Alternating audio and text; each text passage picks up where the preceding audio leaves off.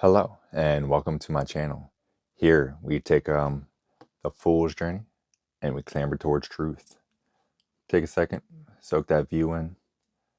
Some of us might be planning some travels here soon. But nonetheless, I got another quick saying for you. Devi tropo forma denviar, trocenios frelsa, alla ora legelsa, menor dutro trot po en loin forlenga, seta ikasan hitin de free, nai den river die fra andra. And that is, what we believe shapes who we are. Belief can bring us salvation or destruction. But when you believed a lie for too long, the truth doesn't set you free. No, it tears you apart. All right, let me read that one more time for you. Devi tropo forma denviar, trocenios frelsa eller ola de gelsa, menor du trot po in loin forlenga, seta ika sanhiten die free, nai den river die fra andra. And that is, again, what we believe shapes who we are. Belief can bring us salvation or destruction. But when you believed a lie for too long, the truth doesn't set you free. No, it tears you apart. All right, today I'm being called to give a little bit of my past history, mainly because my last video went over the evil attributes like the Antimima Numa, the Yetzirah, the Druj, and the Citra Aura and all that. So I want to kind of share and let you know that I was in the trenches too. And I am not trying to just give you guys information. I'm just trying to help people along their path, because I went through a lot of shit and not a lot of it was fun. All right. But I digress because I am currently absolutely 100% happy with life. I'm so happy I stuck around. And I'm excited to see what life has for me and for the future. So with that being said, again, I am going to quickly share a little bit of my past. I'm going to try to keep it short. And then I'm going to hit the flip side of my first video. So Theodicy part 2. Take a quick second, look at all the information we're going to go over. Yep.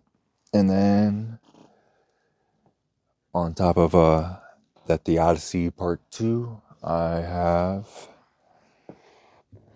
this different states of mind from Stoicism on this side. And then once we go in here on this part, all this is different like aspects of like internal enlightenment or something that a seeker will feel once they be pretty much graced with a gift from God, like a presence. So we'll get into that right after I share a little bit of my past with you guys real quick. 3:30 on the clock. So give me 1 second. Okay, like I said, I'm going to try to keep this short, so I try to run that through real quick. As I was coming up, no matter what kind of situation, ever since I was really, really tiny, I could always remember always being an outcast, never fitting with anybody. And I literally mean nobody. Never fit in. I always noticed people always talking behind my back, making fun of me. Even like me being really, really tiny, like 4, 5, I felt an outcast. Then I ended up becoming 8, and that's when the physical abuse started. My mom's boyfriend started like beating the shit out of me almost like every night or 2 nights a week, 4 nights a week, depending on whatever issues he had. I don't fucking know where that came from, but I'm past that. 9, I ended up actually when I was 8, that's when the suicidal thoughts first started. So no, wasn't really past it then. Then when I was 9, I was sexually molested. I had 2 encounters with that from 2 different people. Again, 1 male, 1 female. Like you can go back in my earlier video. That one was still kind of probably cringe too, so I don't blame you for not wanting to watch that one. My videos will progressively get better, and I will do another video on all this later on. But then I ended up having a lot of like embarrassing situations also occur in my life, on top of being abused, on top of being molested, from my faux pas or my imbroglios, my embarrassing situations. I noticed me believing everyone was conspiring against me, aka schizotypal personality started seeping in. And that's, again, where my drug use started or thrived from. Because I became over analytical of everything, being especially schizotypal, how I had to think of how everyone else was perceiving me constantly. And then I used drugs as a defense mechanism to say, hey, there's nothing really wrong with me. I'm just fucked up. So please like me. Yeah, didn't help. Just had people gravitate towards me to use my supply because I had money. I was making six figures later on down the road, and nah, I'm not there yet.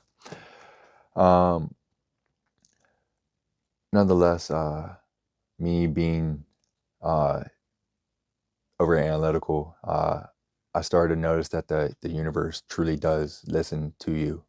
So I became scared to speak anything to anyone or speak my own thoughts. Half the time I felt like if I would speak my truth, I would instantly, like, I don't know how it would happen, but I literally felt like I would instantly somehow begin to be tortured. I had like a real, like, I guess they would call it like a witch wound, um, from like the Inquisitions and shit. Uh, but nonetheless, uh, yeah, after me also being over analytical, I ended up hitting some states of being catatonic. Catatonic is pretty much where you like shut down. All right, you can't. Your body doesn't really do anything. Your mind can be racing 1,000 miles per hour, but you just don't do anything. I just stood there a lot of times and had people on the outside, and I just covered myself on the inside. Um, but nonetheless, I always believed since the universe could listen to me, I was the butt of everybody's joke. Like everyone was conspiring against me, almost like the Truman Show. All right. So this is a little bit of the mental hells that I would like endure within, and that's another reason why I heavily crutched on to drug use.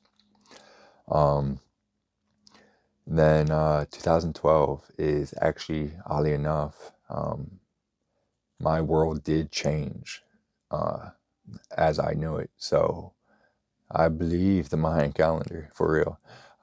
So in 2012 was the first time when I actually noticed a lapse in my suicidal ide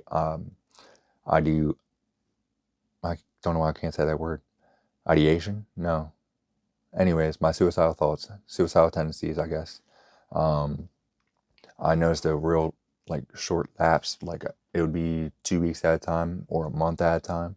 This is the first time in my life that I actually wasn't suicidal like every single day. Had it on my mind, like, ooh, I wonder if I didn't shout into traffic if anyone would care, or like, shit, dude. I don't want to get too dark. Okay, it's along those lines. But from the time, just to backtrack, just to give you guys a spectrum of how long I was really suicidal. By the time I was 8 is when it started. And then obviously that's when I was starting to get abused. Then 9, sexually molested, still suicidal. Then embarrassing situations, still suicidal, all the way up to 2012. And that's when I was 20. So 12 years of straight wanting to be like done with it all. Um, Nonetheless, I'm already 10 minutes in, and I do have to just try to get through this last like little bit. Then 2015 hit. Anyone who knew me back then might uh, realize why I did stuff if this ends up hitting home. Anyways, 2015, I ended up losing my job. I was making six figures at that point. I already had 2 DUIs, and I had a scram bracelet on. A scram bracelet is something that detects alcohol. Anyways, in 2015, when I lost my job, somehow I was still had like a suicidal tendency in the back of my head. This is the first time I am actually telling this, so it's kind of hard for me, so bear with me. I actually did try to end it all. I don't know why I wanted to end it. I had a $68,000 truck that I was sitting in, but I decided to close my eyes and go 60 miles per hour as I was driving. And I literally said, Jesus, take the wheel. And I somehow made it out of that situation unscathed and not even a scratch on my vehicle. So I spent the rest of that time driving pretty much in silence because trying to figure out what happened. Because I literally just tried to kill myself and somehow the system wouldn't let me out and kept me completely intact, and nothing happened to my vehicle either. Like I literally drove with my eyes shut around like a couple turns. Like granted, I did drive this road for quite some time and I had like the movements down, but I'm not, don't want to get too much into it. You guys can check the Akashic records if you can get there. Like I don't know how to get there, but it's in there because it happened. But nonetheless, I come back. Uh, Somehow, some way, I became a little bit too honest with a PO officer who ended up telling my family about certain stuff, and they ended up taking my car, the $68,000 truck that I was in, and hiding it from me. And then one thing led to another. Since I just tried to kill myself on the way home, and that didn't work, I tried to turn up that notch a little bit, and I fucked up some relationships, and I betrayed trust of friends because I was trying to have them kill me. I knew they had a gun in their house, and I tried to kill myself, and that didn't work. So I tried to have enough shit happen and them get mad at me for them to kill me. But that didn't happen either. It's kind of a stupid plan. I just wanted out by any means necessary. But I ended up being 302, which is a mental evaluation against your will. But nonetheless, I got released in 4 hours. So what's up?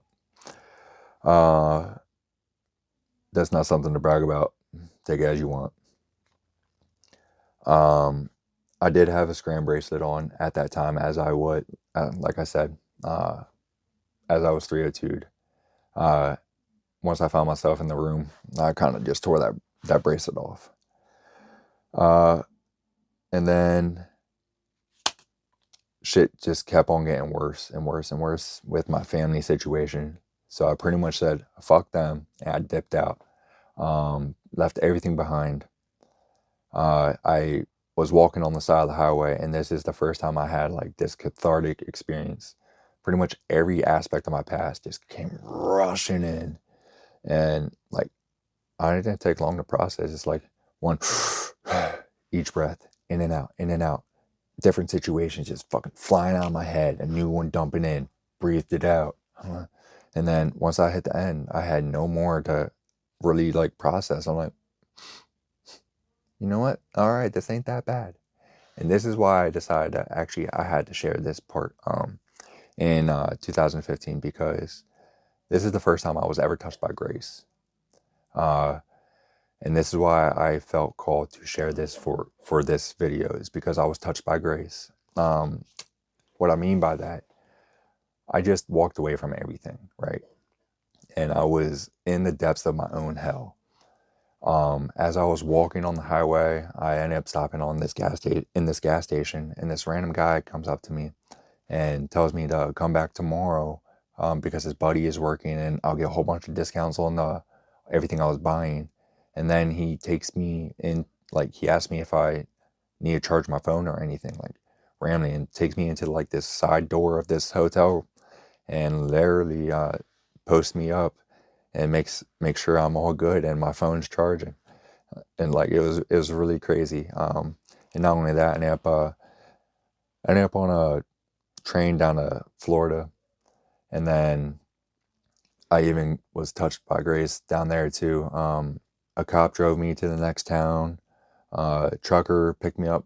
Dude, I was walking around Okeechobee Lake. I did not know how big that fucking lake was, bro. Shit. Like, talk about like 12 hours of nothing but walking. Fuck. That was so long. I ended up catching cellulitis on my fucking leg from that. Went against some brush. That shit burned like hell. I digress. Nonetheless, ended up going a little bit further. A truck driver picks me up and um, takes me to town and buys me a meal. And that's pretty much when I was really touched by grace, and I knew that I had to kind of come back and get everything kind of situated back home.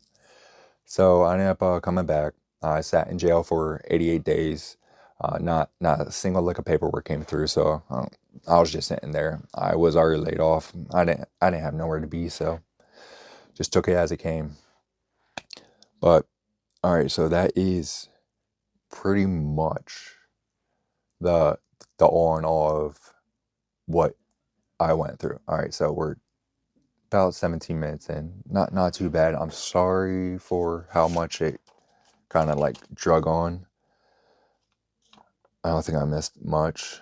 I missed a couple, but it is what it is. I'll get into a video on that. Like I said, there was a lot of shit, and that's a lot of years of being suicidal. So obviously I can talk about a lot of stuff.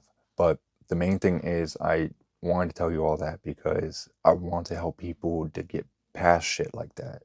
Like I don't want to see people in pain. That shit sucked. All right, so let me set up for the boards real quick, and then yeah. All right, again, my situation isn't the best, but you guys can still get the information. Ooh, you're missing the top. All right, Theodicy. You don't really gotta see part two. All right, Theodicy part two. Here we go. This is None, and the reason why I have him first is because one, None is Joshua, and that's my name. Joshua's father in the Bible, and this is some pretty good information nonetheless. One, you want to see None with the tog, are they called? Yeah, the toggans, which are the crowns or the thorns, representing the messianic symbol. All right,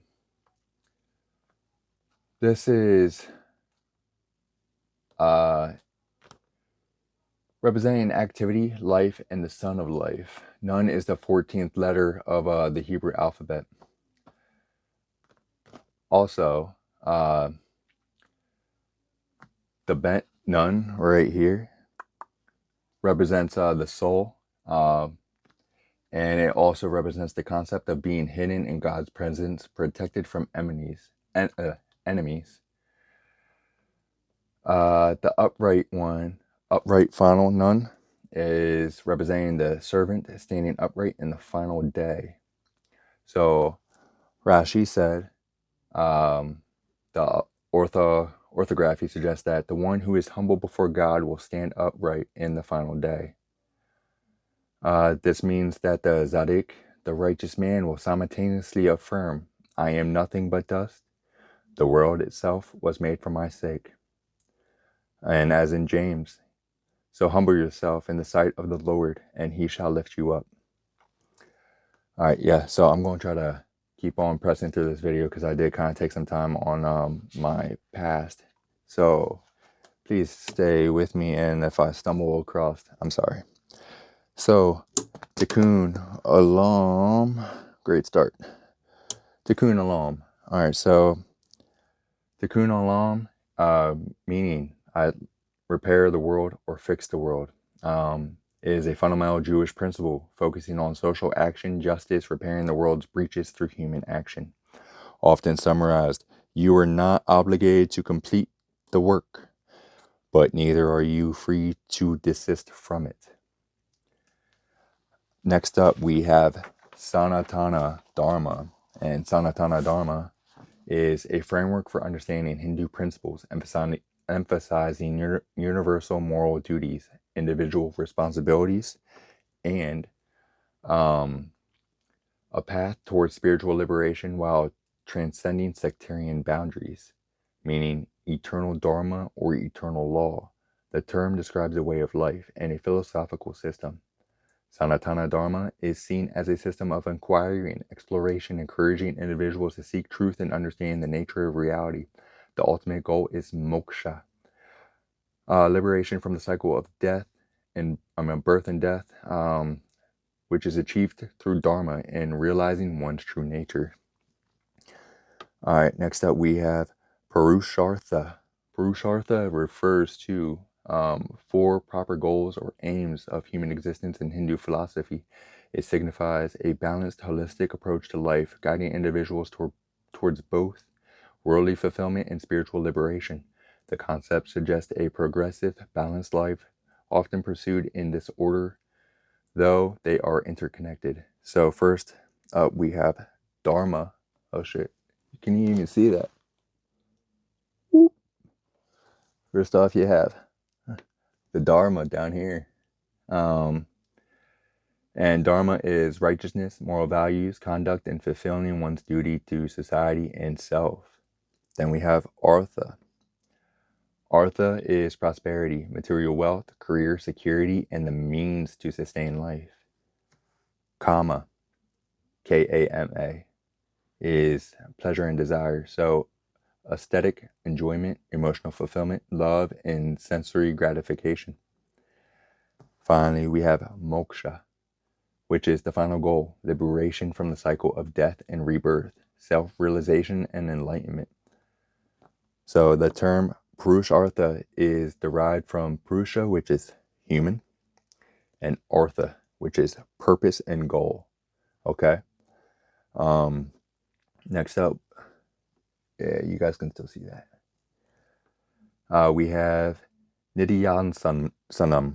So Nidhyansanam is the third and final stage of Vedantic study, meaning a ceaseless stream of thoughts in the form of Brahman, without interruption by thoughts of the non-self.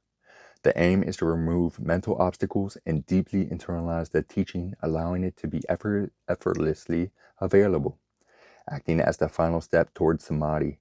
It is the process of converting intellectual knowledge into direct experiential realization, removing habitual contradictory thoughts to abide in the self.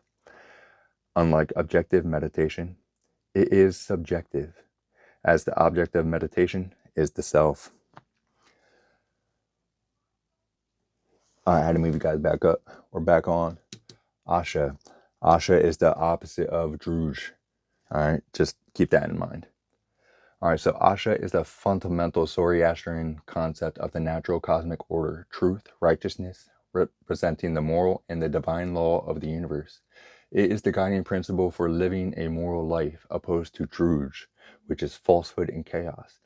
Asha is closely associated with fire, which is viewed as a symbol of truth and a purifier. It dictates the ultimate victory lies in righteousness over falsehood, contributing to the perfection of existence.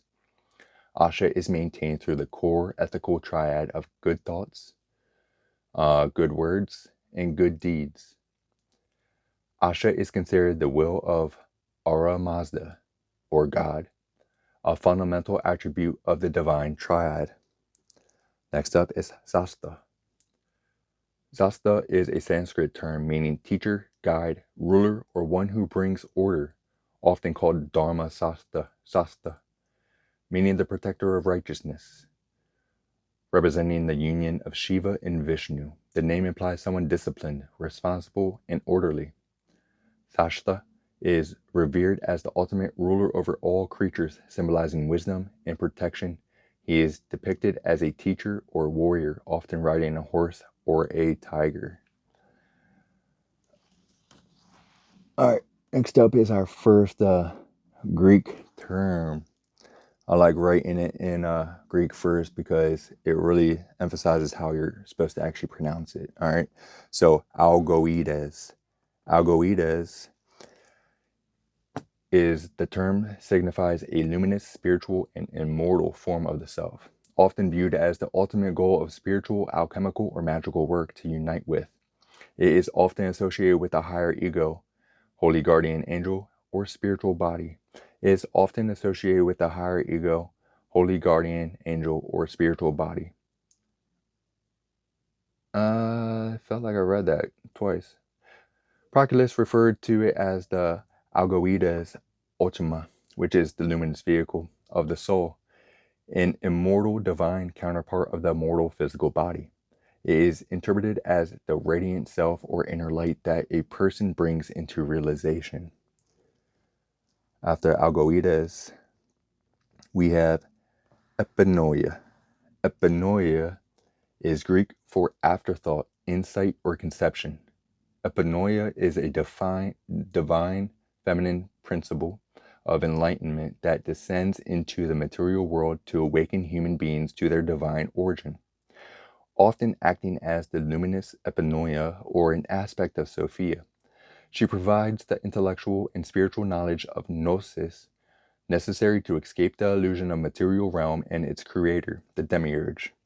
In the Apocryphon of John, epinoia is the divine spark that imparts wisdom, often associated with the tree of knowledge, teaching humanity to distinguish between good and evil. Epinoia is described as an intellect that refuses to submit to the authority of Yaldabaoth. She acts as a liberating force. Epinoia also kind of sounds like Lilith right there, if I'm going to be honest. All right, I had to bump you guys down a little bit. Next up, we have noesis. Don't confuse noesis with gnosis, Gnosis. Noesis, rooted in Greek philosophy and psychology, it signifies the act of thinking, perceiving, or grasping fundamental truths without relying solely on rational analysis. So, refers to the direct and immediate intellectual apprehension or understanding of knowledge, often described as pure intuition or the activity of the intellect. It denotes a sense of immediate revelation or profound direct insight. Platonian philosophy represents the highest form of knowledge, intuitive understanding, or eternal forms or ideas, often contrasted with dianoia, which is discursive, logical thinking. Noesis can also refer to the subjective act or process of an intentional experience, how one experiences something, distinguishing it from noema, the object of that experience. All right, I had to swap your boards. All right, 38 in on the clock. I'm trying to speed through it. I feel like I'm making decent time. If I'm not, go ahead and just let me know in the comments and I'll try to adjust in future videos. But here we are. This is all pretty much Stoicism and different ways to engage the mental processing that one may go through.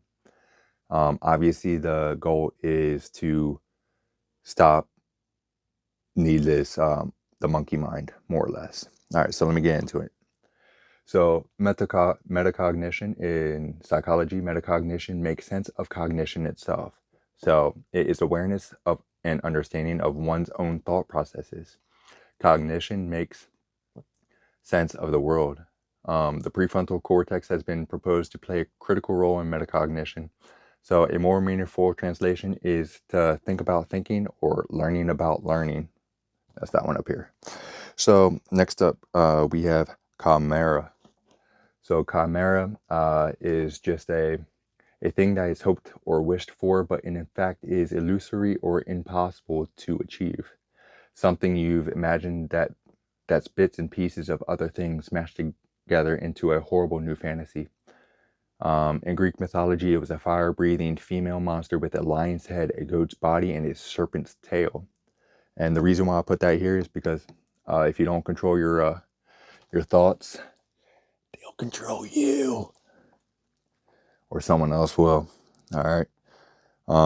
Sorry to get a little weird right there. Next up, we have Enoia.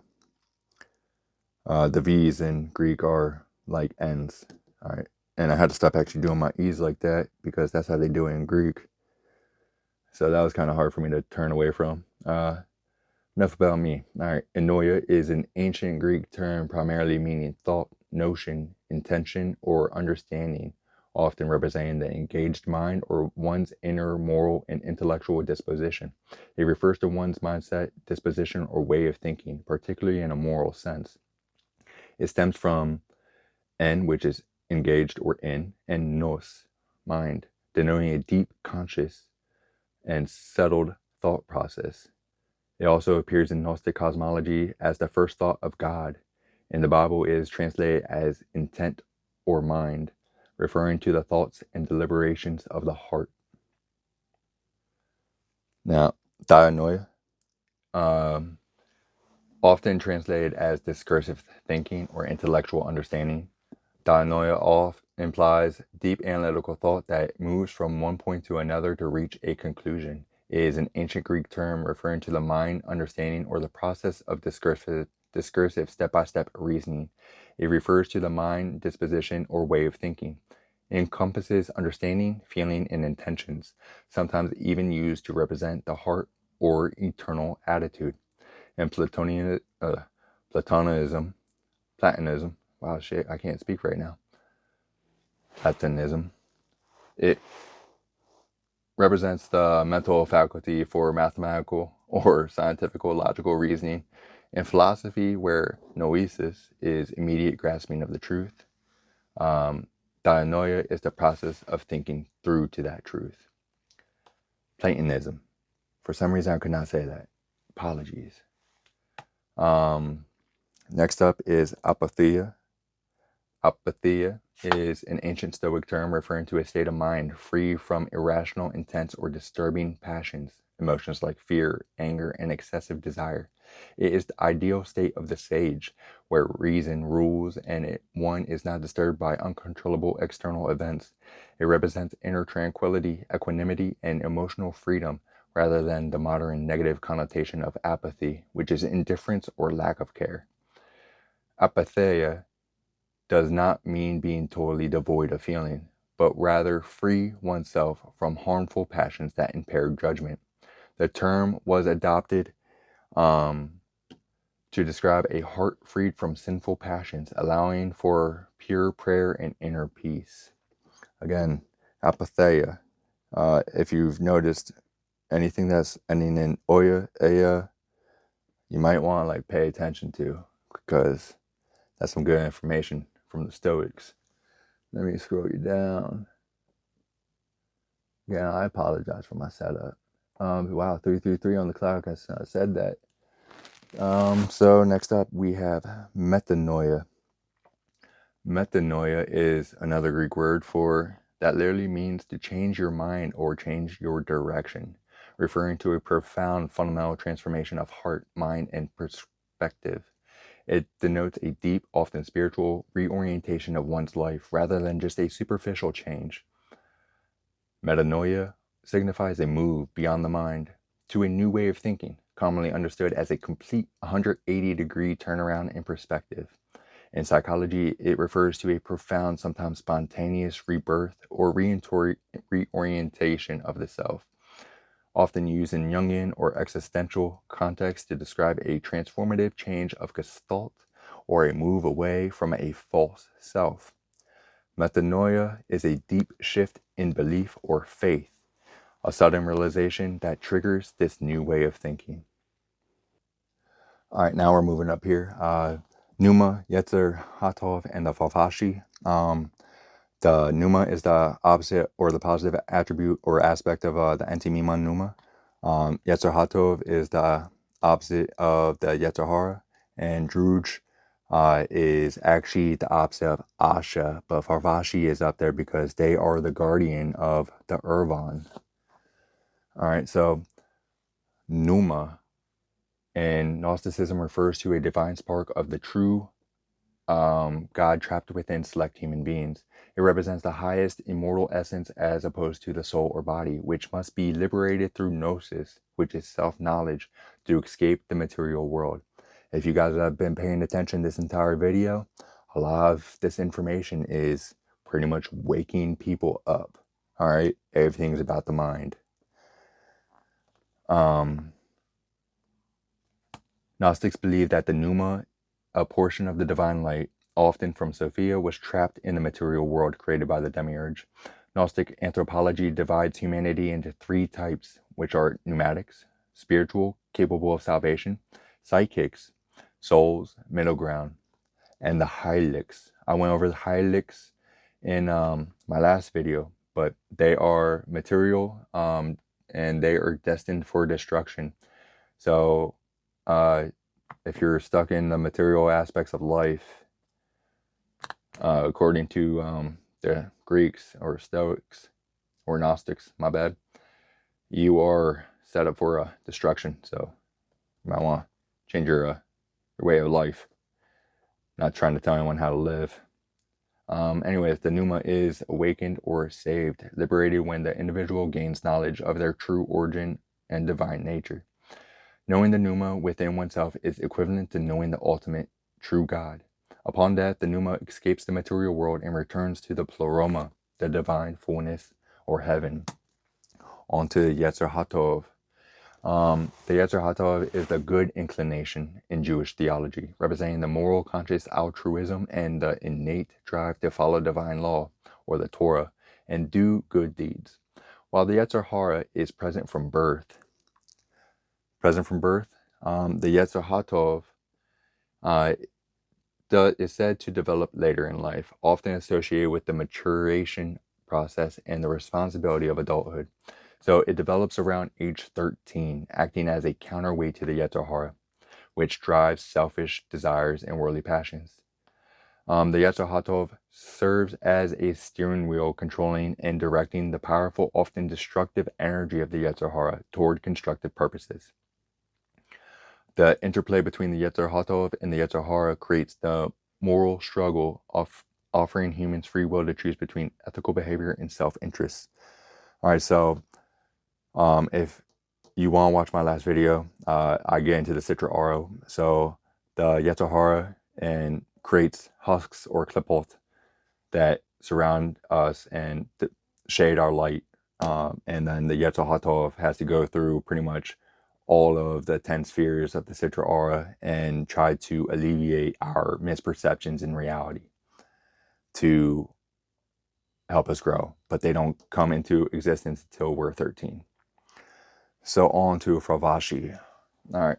So Fravashi is in Persian religion, Fravashi is an immortal, pre-existing spiritual guardian or genius of each individual. Fravashi is the Avestan term for the Zoroastrian concept of a personal spirit of an individual, whether dead, living, or yet born. The Fravashi is an individual sends out the Irvan,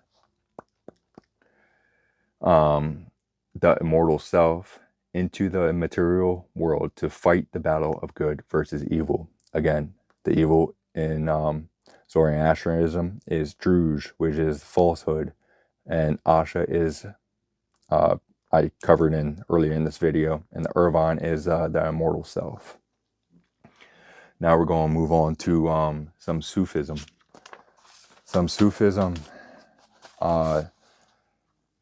Tawakkul.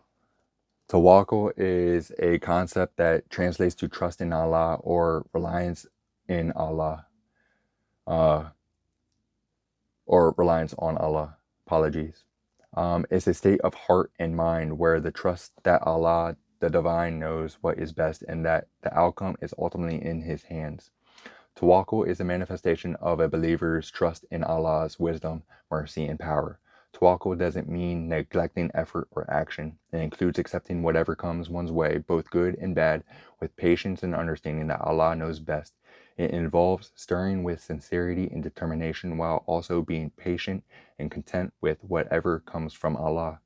Practicing tawakkul can lead to inner peace, reduce anxiety, and foster confidence in Allah's plan. The reason why I have Sufism, because I'm not sure if I covered this earlier. Apologies if I did, but Sufism is very good at explaining what happens internally on someone as they experience some kind of like spiritual enlightenment. I can move you guys down now that I'm in this last little section. All right, so let's try to get into it because we're already 40 minutes in, and I know you guys don't want to spend all day with me. So we're starting with ishq. Ishq is an Arabic word meaning love or passion, derived from ashq, to stick or to cleave to. In most common interpretations, ishq refers to the irresistible desire to obtain possession of the beloved, expressing a deficiency that the lover must remedy in order to reach perfection. Like the perfections of the soul and the body, love thus emits a hierarchical digress, but its underlying reality is the aspiration to the beauty with which God manifested in the world when he created Adam in his own image. Now, Toba in Islam means repentance, a sincere and full turning away from wrongdoing and towards God, derived from an Arabic verb meaning to return. Toba involves recognizing and regretting sins, making a firm intention to avoid them in the future, and seeking forgiveness from Allah. Toba is considered a crucial aspect of Islamic faith and practice, allowing individuals to cleanse their hearts and strengthen their relationship with God. On to Qarb. Qarb in Sufism refers to a profound metaphysical state of distress, pressure, and intense longing for release experienced by non-existent entities just before their creation.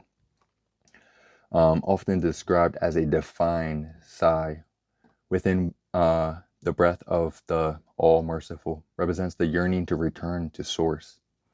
While Qarb distress is a state of pressure, it is a part of the divine manifestation process that moves entities from the darkness and non-existence into the light. A Sufi who has experienced annihilation in the source, or fana, and return to creation may experience this Qarb as a deep, agonizing longing to return to Allah. This state emphasizes the Sufi's view of existence as a continuous, intense longing for the divine, where even the perfected human feels the tensions between worldly existence and the yearning for the absolute unity. All right, now we're on to Qabd. I'm probably butchering these words. I hope I'm not. But Qabd in Sufism is a spiritual state of distress, emotional constriction, or dark night of the soul where seeker feels disconnected from divine inspiration and joy. It is an intentional, temporary gripping of the heart by God, often inducing fear, and is paired with bast, which is expansion and relief. It is not necessarily negative. It serves to make the seeker more alert, humble, and dependent on God, often leading to deeper self-reflection. Qabd is considered a necessary, often temporary stage for spiritual growth, sometimes described as a seasoning of the heart to prevent spiritual pride. It is important to remember that Qabd is a normal, even if difficult, part of the spiritual journey, often used by the divine to humble the seeker. Now, Bast in Sufism. Bast is a profound, often involuntary spiritual state of open-heartedness, joy, and direct experience of the divine presence, marking a lifting of spiritual veils. It is a state that overtakes the seeker rather than being consciously produced, representing a divine gift rather than a purely earned status. It serves as a stage where the seeker feels freed from spiritual blockage and may develop the capacity to embrace all existence as a reflection of divine mercy. Bast is the opposite of Qabd, forming a necessary rhythm of spiritual growth that provides wings to fly towards God, because Bast is expansion and Qabd is contraction, so it acts as wings. It is considered a sign of God's mercy, pleasure, and acceptance, while Cobbed blocks the seeker's way through a sense of obstruction. Bast liberates them, acting as a spiritual breath. Fana. Fana is a core Sufi concept representing the passing away of the individual ego and selfish desires, allowing the mystic to dwell solely in God. Fana means annihilation, destruction, or passing away of the self. The goal is to reach a state where the mystic is completely absorbed in the love and presence of God. It involves the purification of the soul, removing human imperfections and extinguishing the ego. Dying before one dies, this phrase, often associated with Rumi, describes the inner transformation where the ego's independence vanishes. Fana is often understood as the destruction of the illusion of separation between the individual and God, rather than the destruction of the self itself. All right, on to Baka. Baka in Sufism, it means subsistence or permanence in God, representing the final stage of spiritual development where the mystic remains active in the world while fully experiencing the divine presence. It is a state of abiding in God where the seeker does not just experience God, but lives in the world for God, characterized by wisdom and compassion. It follows Fana, annihilation of the ego, resulting in a state of eternal conscious existence through Allah. Baka is associated with the concept of the Insani Kamil, which is the perfect human, who sees the reality of God in all things. I might be blocking that for you guys, I don't know.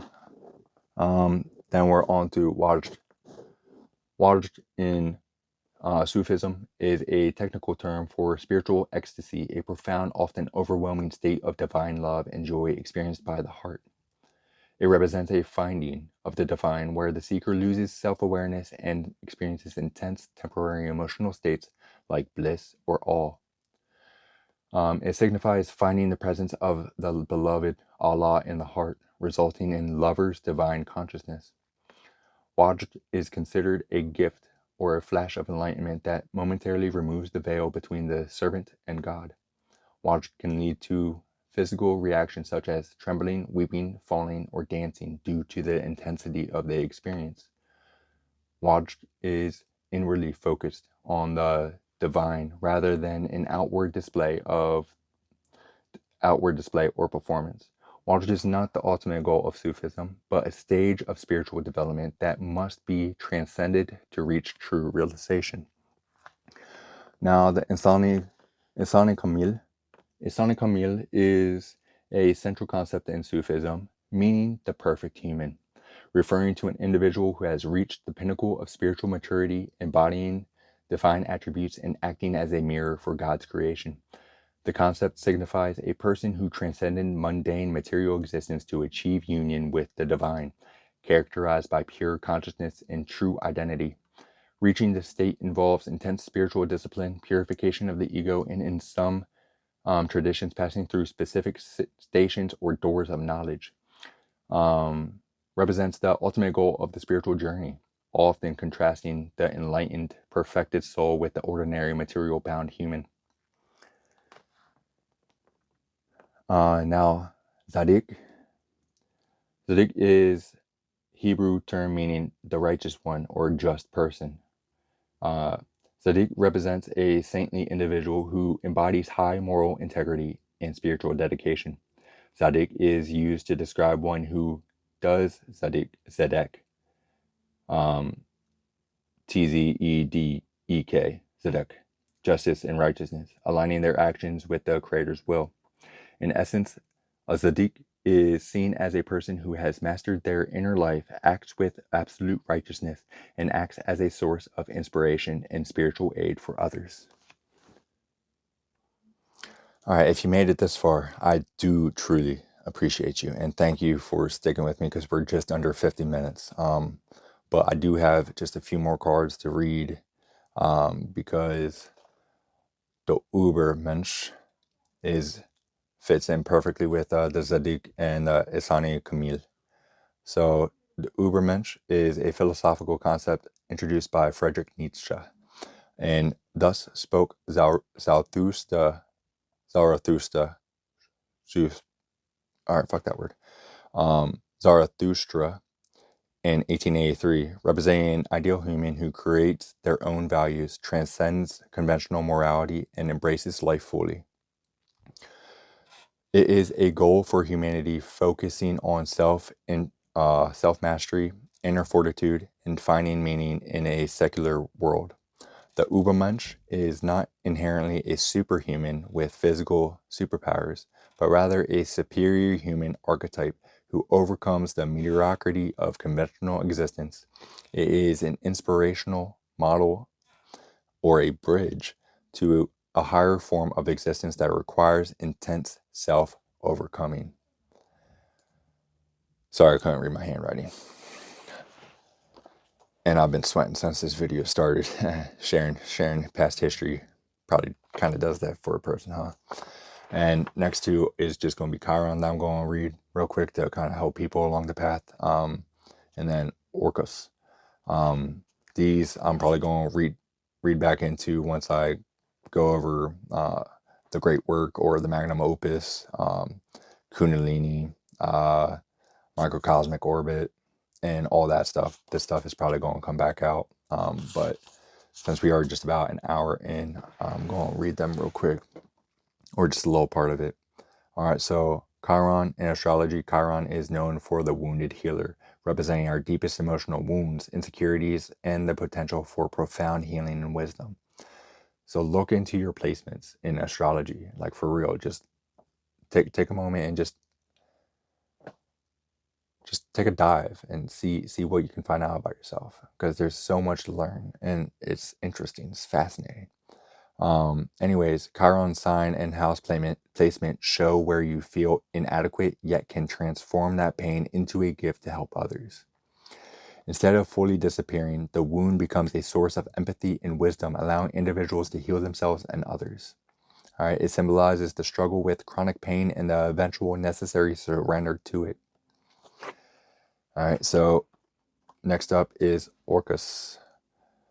Orcus is an anti-Pluto figure. It signifies deep-seated psychological shifts, that the dismantling of structures to foster authenticity and navigating death or destruction to reach a new understanding of personal truth.